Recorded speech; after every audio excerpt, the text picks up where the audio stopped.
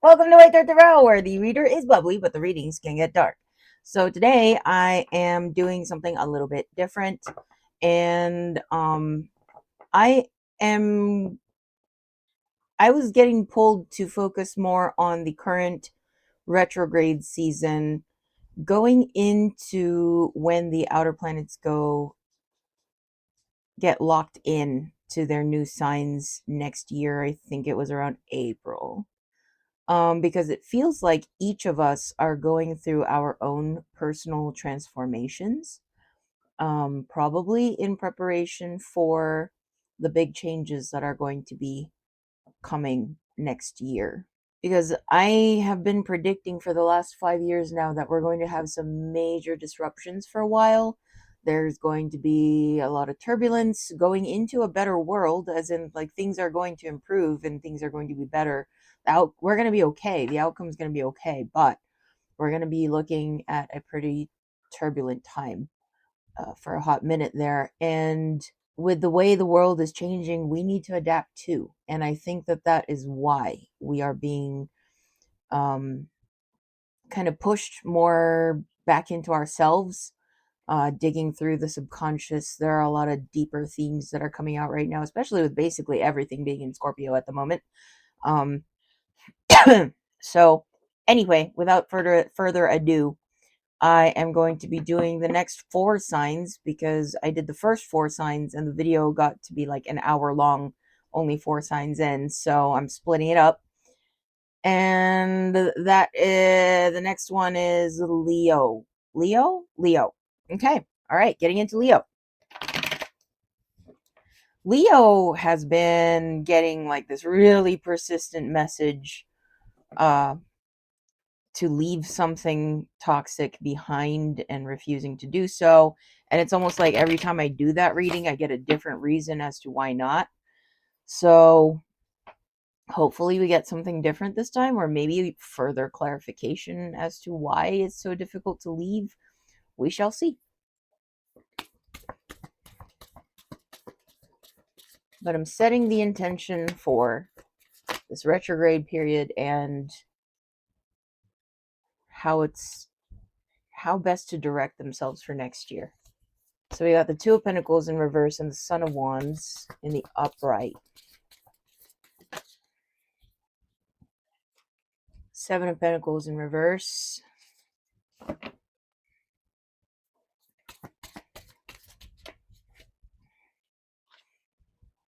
High Priestess in reverse.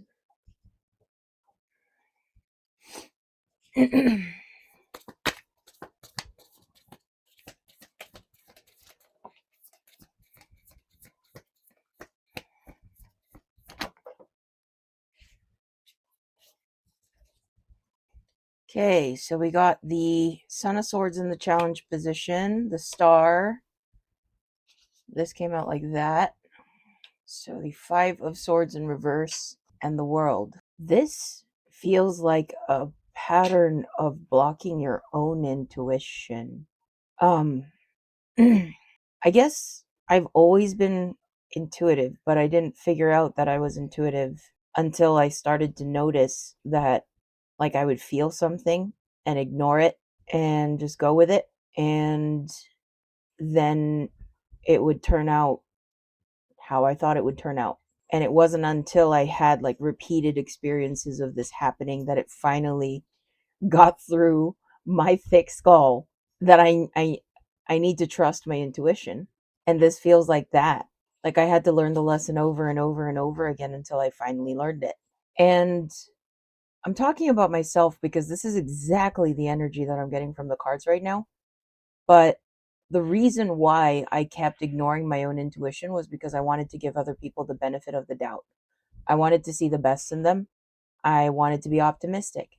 I didn't want to be judgmental. Like, I had a hard time being what I thought was cold, and saying no or rejecting a person without any real clear reason why.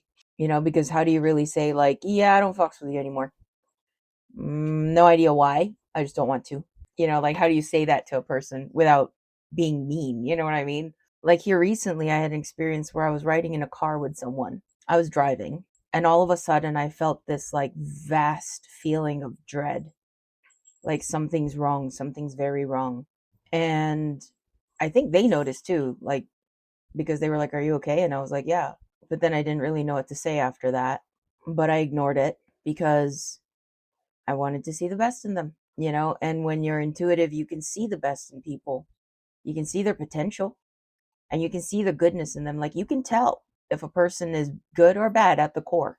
And the thing is that people are usually a gray, you know, they're not good or bad, they're gray. And any person that is actively working on themselves, trying to become a better person, they would put the effort into becoming the best version of themselves possible.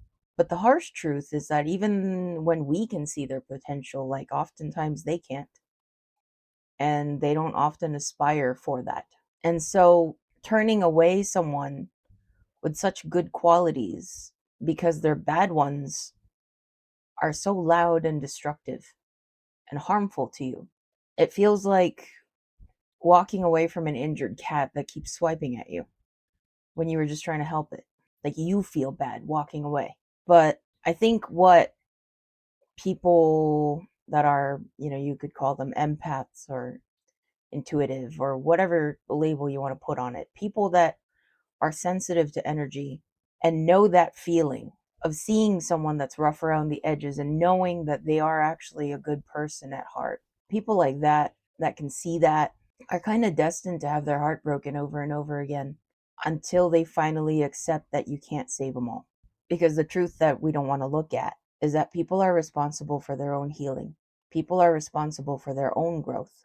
And I know people that call themselves healers and they run around trying to save every injured cat because they haven't learned yet that a real healer, even Reiki, it's not meant to fix something that's broken. I mean, look it up. All Reiki does is it encourages healing that is already happening. It makes the body heal faster, heal itself faster. It doesn't make the body heal, it just speeds up its own healing. There are limitations to what we can do. And I had to learn this the hard way, but in hindsight, I ended up learning over time that the greatest injustice is disempowerment in the name of a good deed.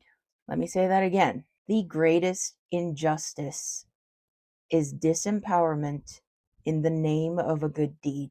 The greatest act of kindness is to show someone where they are already great. In other words, you can't fix people. Even if you stay, the most you can do is stay beside them as they heal themselves. And being so empathetic, this type of person tends to stay even when the person's bad habits are harming them. I know this from experience. We stay because we love them. We stay because we care about them. We stay because we see what they can become. And we think that us staying is going to make them become that. When the sad reality is that us staying only enables them. They can't face themselves when there's someone else in the room. They can't sit with themselves if you're there too. They can't see themselves clearly if you don't move out of the way.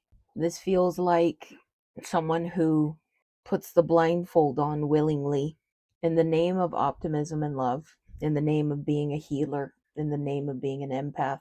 No, being a healer is not a path of love and light. Being a healer is not pretty. It doesn't look like martyrdom. Something that's made things easier for me to digest, at least. Because I've seen people go either way for knowing me. Either they crumble further or they grow. I think it just depends on how much life they have left in them. But something that's comforted me is that when you meet these people, you put a seed in their soil. And even if you leave, even if you can't stay together, even if you can't stay around them, you put yourself in a position where you can't even check up on how they're doing. That seed is still there. And whether or not it grows depends on whether or not they one day decide to water it. But you put that seed there, you planted something, and it'll sprout in its own time or not, but you did your part. You don't have to self destruct with them.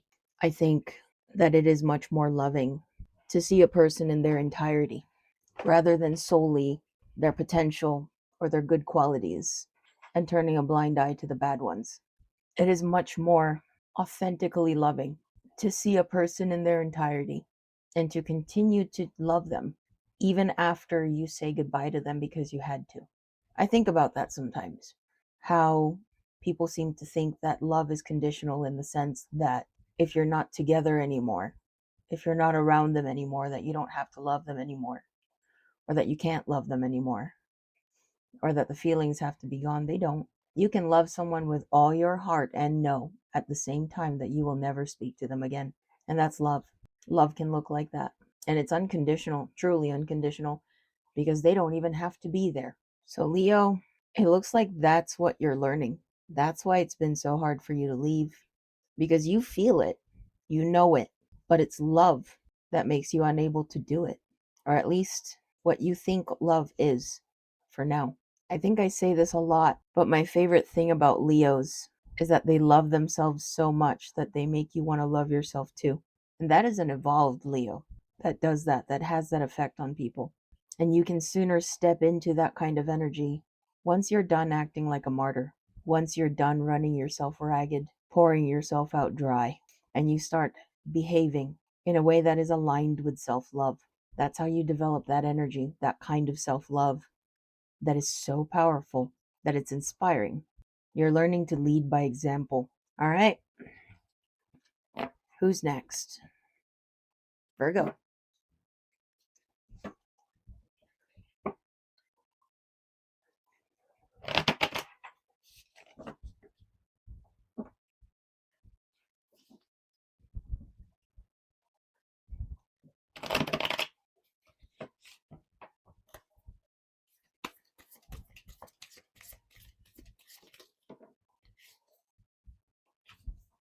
The Star in reverse. Son of Pentacles, Mother of Swords.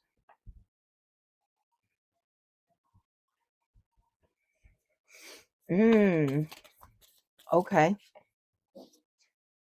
Magician.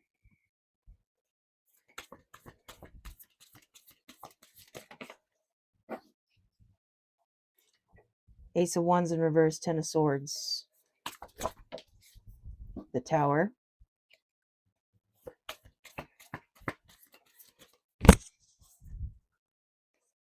Yeah, there we are. Hermit and the Seven of Swords. Okay, Virgo, this is going to be a message that I am going to hate delivering, but the words that I heard: sell out. The tower, the story of the tower is that this tower was built on a faulty foundation. It was not built to last. Anything that is inauthentic, anything that isn't of quality falls away. For some reason, on that same vein, I'm hearing something about Saturn. I know that Saturn returns tend to have that effect on people's lives, but I think it was like every 40 years or so that Saturn returns. No. Or am I thinking about Saturn oppositions? Either way, Saturn energy tends to do that. It shakes up the foundation, and anything that wasn't built to last, anything that is inauthentic, anything, all of that, it just falls away, falls apart, falls away. I'm talking about this because we have the Star in the reverse, Mother of Swords in the upright, Son of Pentacles in the upright, the Magician in the upright. And the Magician came with a question that is asking, are you sure you have all the ingredients? So the Mother of Swords and the Son of Pentacles, for me right now, is representing a lot of mental energy and a lot of pentacle energy. So it's the logical choices that we make for money. But the Star is in the reverse and the Ace of Wands is in the reverse, and that's passion and hope. I don't see any cups. The Star is a wish. It's what you wish for. So basically what I'm getting at here is that it feels like you've made inauthentic choices in favor of profit. And that's not a bad thing. It's not an evil thing. It's a practical thing. And Virgo tends to be practical. But if something's falling apart right now, or if something's not working out the way you want it to in this retrograde season, it feels like the blockages are there. That Saturn energy is there to make you reevaluate your motives. The Hermit. Because if you look at the Magician card, he has a sword, a pentacle, a wand, and a cup. And what makes manifestations powerful is when everything is aligned. Your will, your spirit, your body, your mind, your heart. When it's all aligned, that is how a manifestation happens. When you say what you want and you want what you say, there's no I want because, I want if. It's I want this. And every fiber of my being is saying that I want this. That's how the magician does his work. But something feels misaligned because there are ingredients missing: the heart and the passion, the drive. Seven of Swords is here, and Seven of Swords is about deceit. And this feels like there is a part of you that is lying to yourself, and that's why there's a little bit of a misalignment, because what you're telling yourself that you want isn't what you actually want, and part of you knows that. If you have to keep reminding yourself to keep going, then it's not really what you want, because it's easy to pour yourself into something that you really do want. You don't have to keep motivating yourself to stay motivated. Like, for example, when I was building this reptile room, I spent a few months every single day in here making progress. And each of these enclosures, it's a whole thing. So you got to build the enclosure. You got to make sure that you have your wire circuits, in place, like, wire routes or whatever. Like, how am I going to wire this thing? And then you have to spray foam the background. And then once that cures overnight, you carve it down. And then once that's carved, you smear silicone all over it little by little, and you pack on dirt, and you make sure that there are no gaps and that it's like really nice and in there, because once you set it up right, if you didn't press it in there, it's going to fall off. So, and between siliconing and foaming and all of that, it's, you got to wait a night before you can move to the next thing, right? And then you got to decorate it, and you got to put all the equipment in, filter, lighting, all that stuff. And then you got to add the water, and then you got to put the substrate in, and substrate's a mix of stuff, so that's a whole thing in itself. So basically, these enclosures, they took me about a week each, but every day after work and early morning on weekends, I was in here. I didn't have to tell myself to go in here. Nobody had to motivate me to get back in here. I wanted to get this stuff done, so I was in here with no reminders. No need to will my way in here. I just absentmindedly wander in here, and I start working like I was possessed or something. And that's what happens when you really want something. But this feels like you keep having to rev your engine as if you're trying to prove to yourself that this is what you really want, that this is really what you want to keep doing. But your heart's not in it. And it feels like at one point it was, but now it's turned into just a more tactical, logical pentacle energy. It's not soulful anymore, but you keep going for the sake of going. And so I feel like this cycle, this season, is asking you to ask yourself again, why are you doing this? It's about checking in on yourself and verifying your motives again, because you're not just a workhorse. Like, I feel like Virgo's stereotype, I guess, is that they're hard workers, they're anal retentive, they're they're the ideal worker bees. But you don't hear much about the part where they are natural born healers, or that they can be very spiritually wise when awakened, or that they like beautiful things as much as Taurus does. You don't hear much about the more self-indulgent part of Virgo. And it's like Virgos, they don't tend to let themselves stop long enough to smell the roses. So you're being asked to stop and smell the roses. Let yourself be human. Because if what you're doing doesn't make you happy anymore, then what are you doing it for? All right. Now getting into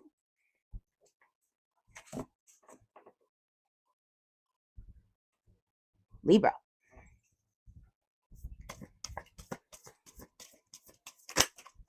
Holy crud. 5 of Wands just shot out.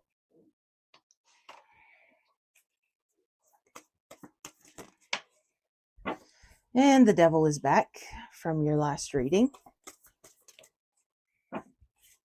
2 Two of Wands in reverse, the World in reverse.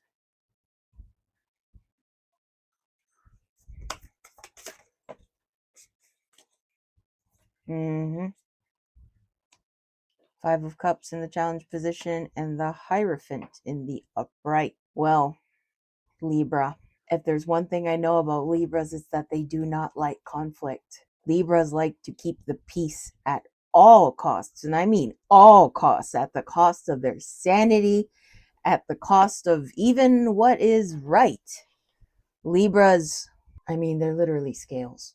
They don't like conflict. But the first card that literally shot out of the deck was the Five of Wands, which is about conflict. And we've got the Devil and the Five of Cups in the challenge position.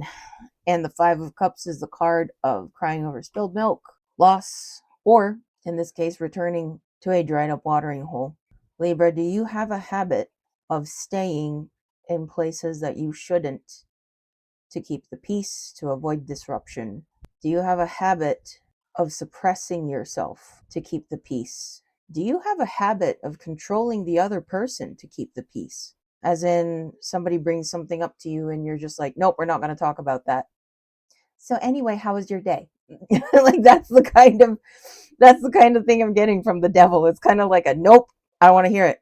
I do, however, want to hear how you like this stroganoff that I just made. You know, it's kind of like a everything's fine, nothing to see here kind of feeling that I'm getting from this. Sorry to laugh. It's kind of funny because it's like, I'm not going to say anything and neither are you. And we're going to play nice and everything's going to be fine. Like that's the kind of energy that I'm getting. I'm a Libra moon. Unfortunately, though, I'm also an Aries Venus and a Taurus sun. So I unfortunately did not get the diplomatic skills that Libras tend to have.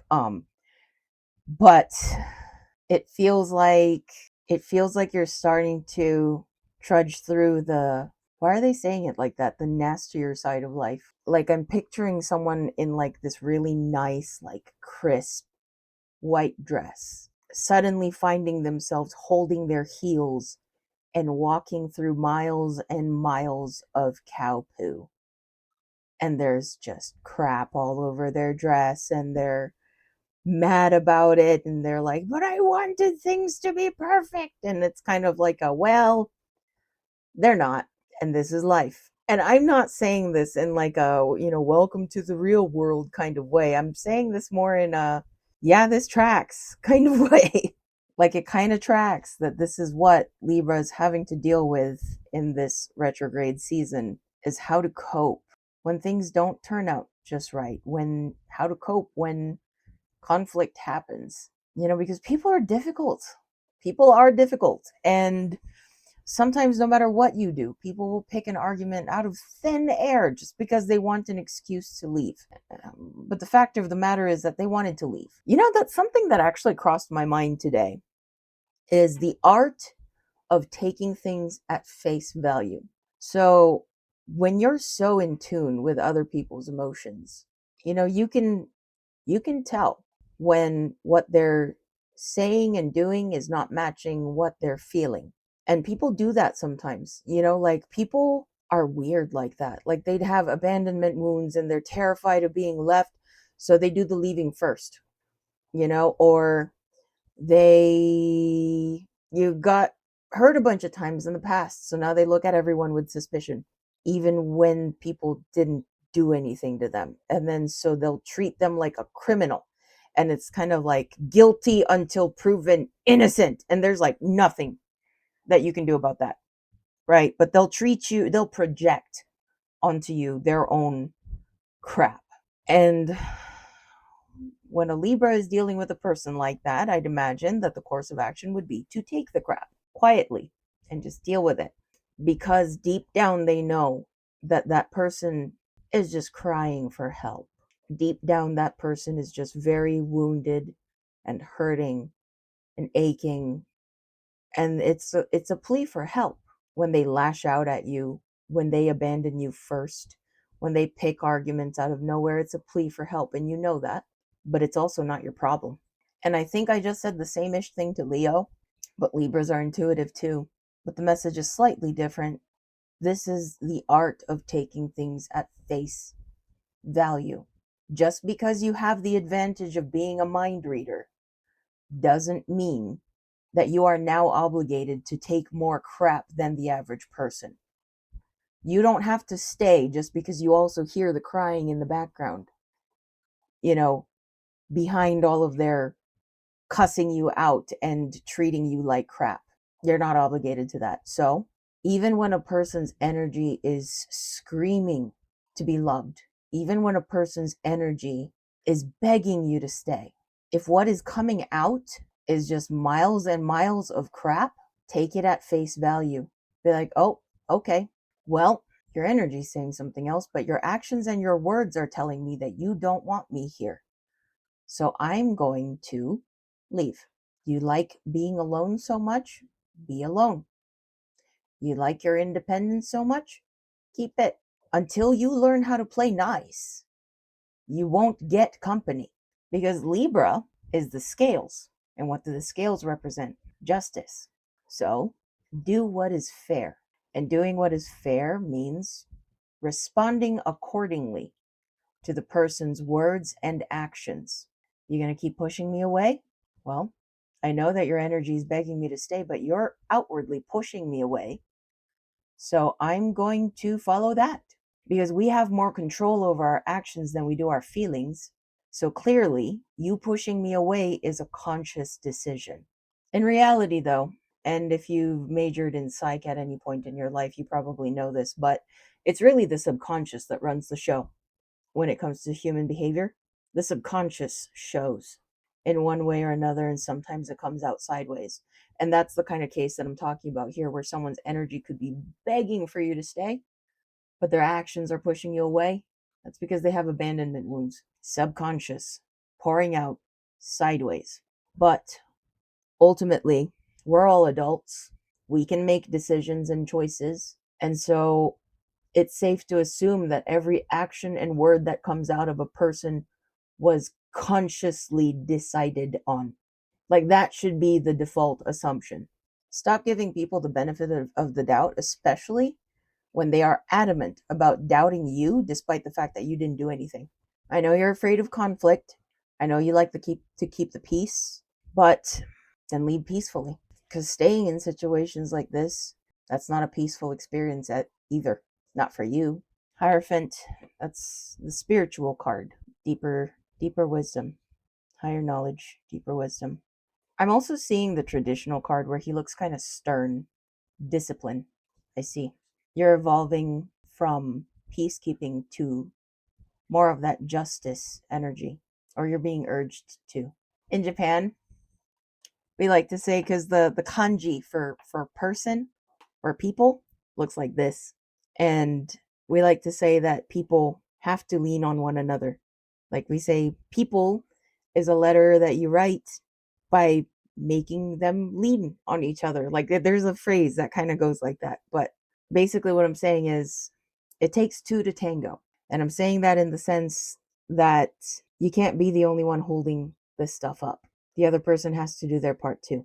And true peace is achieved through peaceful discussion. It's not about holding it in. It's not about keeping your mouth shut. It's not about suppression. Peace is not achieved through suppression. I mean, literally, look around, look at society, look at how that's going for us, right? Does suppression feel peaceful? No. No, it doesn't. No. Peace is achieved through satisfaction. So do what's fair.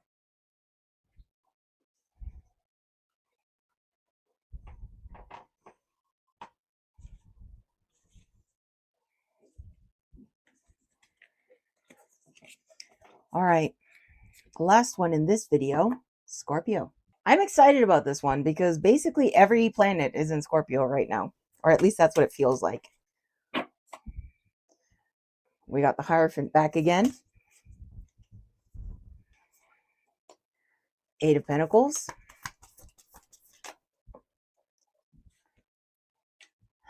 Six of Swords in the reverse.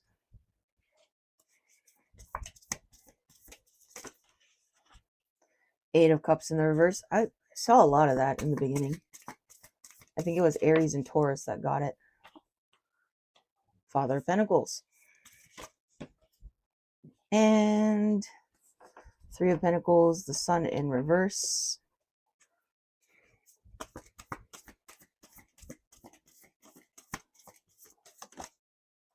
Interesting. I asked what the missing piece was, and I got the Four of Swords.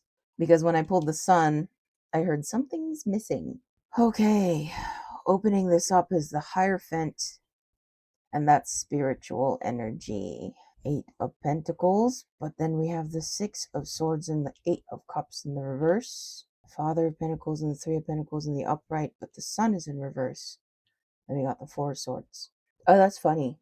I'm getting a Scorpio that's afraid of their own depth. Wow, this is really niche because most of the Scorpios that I know are kind of like, they've got like Edward Cullen vibes. Like, this is the body of a killer Bella. And they're like all mysterious. And even like the Pluto heavy people that I know, they've always got like some kind of intensity about them. Like they feel like just like burning coal. Like there's like a smolder happening and they're all like, you know what I mean? Like there's just something doom and gloom about them. And that's every single Scorpio that I know. But this is reading a Scorpio that is afraid of their own intensity. Maybe it's also a Scorpio that like is predisposed to like depression or something. Kind of like, if I let myself go down that rabbit hole, I'm never coming out kind of feeling. Because this feels like a Scorpio that's like trying to build back up from something destructive, but something's missing. Okay. Okay. So Scorpio is ruled by Pluto. I guess some people also say Mars, but I feel more Plutonic energy from Scorpio. And Pluto is about deep transformation. So my vertex, which is like fated encounters and destiny or whatever, is in my 5th house in Scorpio. So the 5th house is about creativity and romance. And how did I just word all that? Basically, my vertex and my Pluto are in the 5th house in Scorpio. So basically, what that says about me is that I tend to have very deeply transformative romantic relationships. And I channel a lot of my doom and gloom, that like provocative, intense, taboo almost energy, into art and music. And this is true. When I was a professional singer and I wrote my own music, I used a lot of memories that would probably get me a grippy sock vacation, if you know what I mean. Like there's a lot of dark in there, but I channeled all of that into my art and music. And so I kind of understand Scorpio energy because that's what I create with, and that's how I deal with romance, unfortunately. It's very intense, it's very dark, it's very provocative, it's very taboo, it's very kind of kinky. And yeah, it's stuff that kind of the world teaches you is shameful or something that you have to hide. The world tends to be very pro love and light, very pro live, laugh, love, but that's just an outward appearance thing. Because think about it. How many people stop and stare when there's a car accident wondering if they're going to get to see a body? How many people actually are attracted to the morbid? I mean, look how many people like crime documentaries. Look how many people like the deep, dark, and mysterious type of podcasts, or like horror movies. Horror movies wouldn't be as big of a genre as it is if people were as live, laugh, love as they say they are. People are morbid. People are dark. It's just that most of us are ashamed of it. And embracing that darkness is how shadow integration happens. That is the shadow work. So it's like, the reason I'm going on this tangent is because we got the Father of Pentacles and Three of Pentacles. It's like, okay, planning, abundance, wealth, and all that. But then the Sun is in reverse. And the missing piece is the Four of Swords. That's about going inward. That's about contemplation. That's about diving deep within yourself. You're out here trying to build your life looking like Bob the frickin' Builder, but no, you're meant to be. Your comeback, it's supposed to look like a frickin' phoenix.